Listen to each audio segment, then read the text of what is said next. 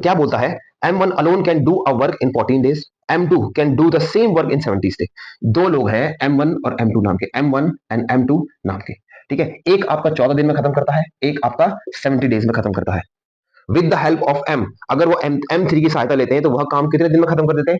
अगर वह M3 की सहायता लेते हैं, M3 की सहायता, M2, M1 और M3, अगर M3 की सहायता लेते हैं तो वे सभी काम करते हैं 7 दिनों में खत्म करते हैं, 7 दिनों में खत्म करते हैं।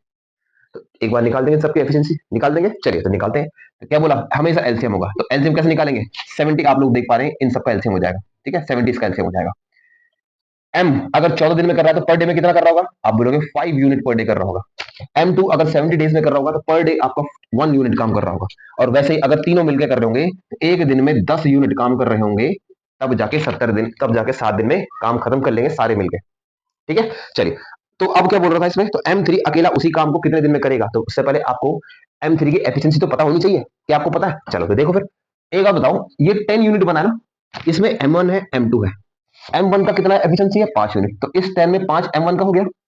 M2 की कितनी एफिशिएंसी है? 1 यूनिट, तो इस 10 यूनिट में 1 यूनिट किसके हो गया?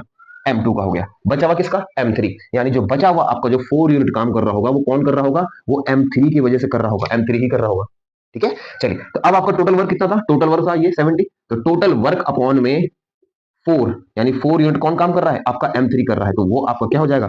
आपका आंसर हो जाएगा 17.5 ना, 17.5, 17.5 option number D, option number 4, ठीक है।